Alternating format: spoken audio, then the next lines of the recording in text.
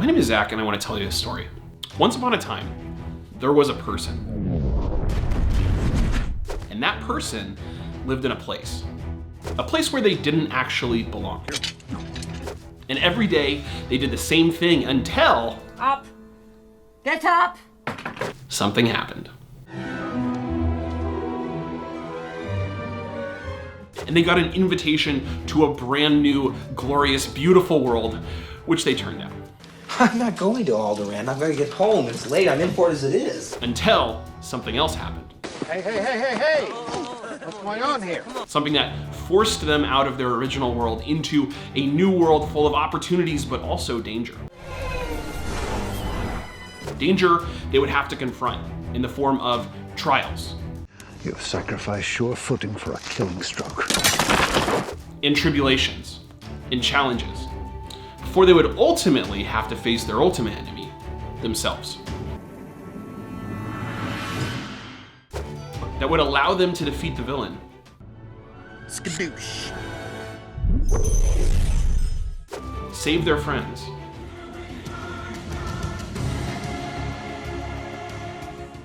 And return back home. The Black Pearl is yours. Now, let me ask you a kind of obvious question. What story did I just tell? And the answer is all of them. If you're the kind of human being who likes watching these videos, it's probably because you also know about Joseph Campbell and the hero's journey. The idea that every story shares the exact same beats and patterns, and yet we love each and every one. And this isn't a video about the hero's journey or explaining something we probably both already know. Now today, I'm not here to talk about the hero's journey. I'm not here to talk about the fact that every story shares roughly the same beats.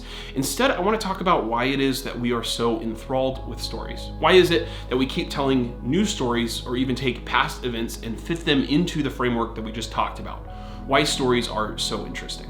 The Battle of Thermopylae and the 300 Spartans, as told by Herodotus, Stephen Pressfield, and Zach Schneider and Frank Miller. Now, the Battle of Thermopylae is a real-life historical event, one that is recorded in Herodotus, which is a book most of us pretend to read in college and read the spark notes of, but it comes from a fairly interesting time of writing. See, when I say the word histories, the title of the book by Herodotus, it probably invokes something very different for us today than it would for people, say, some 2,000 years ago when it was written. Now, we today have these strong divisions between different academic disciplines. Now, the Battle of Thermopylae comes to us from the 7th book of Histories by Herodotus. And Histories is an immensely varied book. There are moments here of great rhetoric, there are descriptions of the Spartan society and of Greece as a whole, but the actual events are detailed something like this. King Xerxes is finishing the work his father could not and attempting to invade Greece. And he's bringing some 2 million people, according to Herodotus, to do it with. And Greece needs time. They need time to muster together their armies and the Athenian navy in order to fend them off. And so Sparta sends 300 warriors to what are called the Hot Gates, the gates of Thermopylae, to fend them off. And they're joined by some 3,700 other Greeks. So it's 4,000 Greeks against 2 million Persians. And they managed to hold them off for 3 days before they're overrun. Now, while Herodotus took those events, however they actually happened, and gave us the bare details, kind of the sparse moments and quotes that fit into the larger project of remembering Greek culture as a whole, those same set of events inspired a very different reaction from graphic artist Frank Miller in his book, 300. Now, this graphic novel and the Zach Schneider movie that it inspired could not be in many ways more different than Herodotus. Now, when I talk about 300, you probably don't remember intricate dialogues about the exact nature of the founding of Western society. Instead, you probably remember one jack dude kicking somebody while yelling, This is Sparta! And while you look at these epic moments or check the YouTube montage or remember all the ways it's been parodied ever since, with 300 the graphic novel, that's actually kind of the point. See, Frank Miller takes a different approach than Herodotus to these events. He's not taking the approach of somebody trying to accurately record or remember the past. In fact, it's set a little bit future of those events.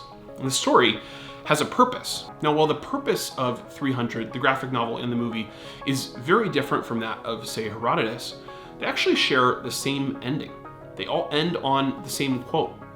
And it's actually an ending shared with the third book that I want to talk about today. Gates of Fire by Steven Pressfield.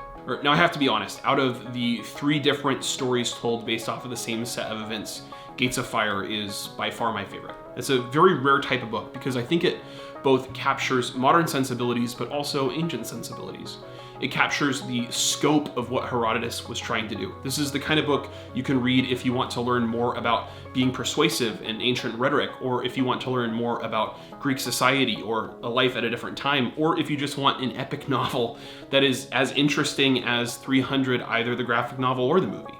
Now, the events of Gates of Fire are the same as 300 and Herodotus, but Steven Pressfield brings something to them that I think is present in neither of those either projects, something that I think is both profoundly beautiful and instructive, and that is the human emotion side of what is happening in this story. Steven Pressfield tells a different kind of story of the Spartans.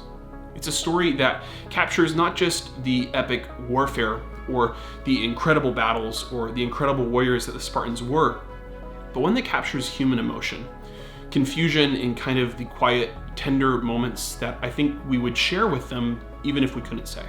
See, at its fundamental core, I think there's a reason we talk about the story of 300. There's something that sets this battle apart from other battles, and that is that there's really no hope of victory.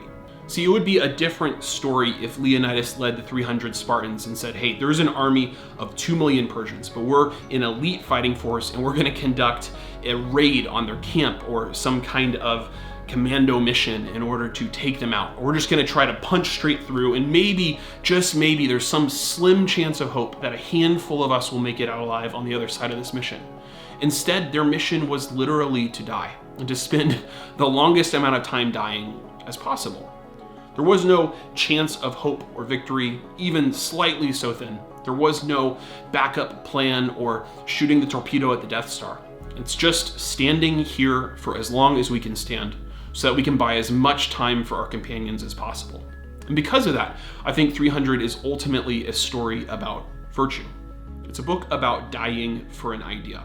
See, there are all sorts of books and histories and novels and stories about giving up your life for your homeland or defending your family, doing some kind of heroic, truly noble thing, but that's not really what Gates of Fire is about. See, the Spartans had every opportunity to save their lives. They had every opportunity to join King Xerxes. He offered them a fat paycheck as the head of his army, kind of his elite private fighting force. And yet they turned him down because it would have meant giving up a way of life, giving up their freedom, giving up an idea. Now, all 3 of these books conclude with the same quote. And in Herodotus, it's kind of one of the details before he continues on into details setting up the next part of the story. And in 300, it's the epic quote that's meant to kind of set the teeth in the edge of the soldiers listening to prepare themselves for battle tomorrow. But in Steven Pressfield's Gates of Fire, it's something a little different. I think it's a final remembering or epitaph of the Spartans, of what they were trying to do. And it goes like this. It says, "Go tell the Spartans, strangers passing by, that here, loyal to their laws, we lie." See, it's easy to think about our lives in terms of the exact events. In fact, there's a weird trope from the old school detective genre where the detective's talking to some man in hysterics who just can't believe what happened and is clearly adrenaline pumping in shock, and the detective, holds up their hand with a cigarette and says, "Just the facts, please." As if there is some version of events that lives separate from a story. See, I think the fact that one set of events, one set of just the facts, like the Battle of Thermopylae, can inspire such different treatments holds a really powerful lesson. That some thousands of years ago, something happened, and now today we have an epic summer blockbuster with these crazy memorable moments like 300, and also the incredibly thoughtful, profound book like Gates of Fire is important. See, despite the number of stories about the Battle of Thermopylae, and I've only covered 3 here and there are many, King Leonidas and his Spartans only had to die once. They only had to find enough courage, not for thousands of years, but for a few brief moments, to do the right thing, to do what they believed in, and let the legends tell their tales from there. See, in the same way that those events can be interpreted many ways, 2 people can experience the exact same thing in life and yet have profoundly different reactions to it. And I think the reason for that is in part stories. See, it's why I think we need stories so much, because there's a way in which events are random. Sure, they can be linked next to each other, but the reason that we need to tell stories, the reason that those stories fit a certain framework is because stories have a moral. They have a meaning behind them. There's a reason why we're telling these events, and it's not because they happened. It's because in happening, or in them happening from a certain perspective or in a certain order, they convey necessary information. We need stories because stories have a purpose. It's why, even though we all know the major beats of every story, the way every story is going to play out before we even sit down, we still tell stories because we need stories. We need stories to wade through the inevitable noise of life. The number of things happening that are outside of our control, that we don't know how to react to, that we don't know how to piece together. We need to find some sense of virtue, some sense of obligation, some sense of up from down, some sense of what is right. We need to find some sense of story. See, what's funny about each of these books ending the same way, despite their very different projects, is that they're not really concerned with what happened. They're concerned with us telling the story. Each of these books isn't just about the fact that the Spartans bought some extra time for the Greeks or that they went up against insurmountable odds. It's the fact that we must now tell their stories. May all our voices whisper to you from the ageless stones. Go tell the Spartans passerby that here, by Spartan law, we lie. Hey everybody, thank you so much for watching that video. My name is Zach from the Heroes Journal. It was amazing to have an excuse to rewatch 300, as well as to talk about Gates of Fire. I'm not lying when I say it reads like an adventure novel, but it has everything that we talked about in this video, and it's great as an audiobook as well. So if you're looking for something to read or something to listen to over the holidays, you check that out. We made the Heroes Journal as a way to help people understand the stories that they tell about themselves, as well as to turn any goal into an epic adventure. So if you want to take a look inside, read the reviews, or order yours, you can visit theheroesjournal.co. Finally, if this video was helpful for you, we make videos every week talking about goal-setting science and our favorite fandoms and how they play out in our lives. So if this was interesting to you or helpful, you hit like, hit subscribe, and we'll see you next week.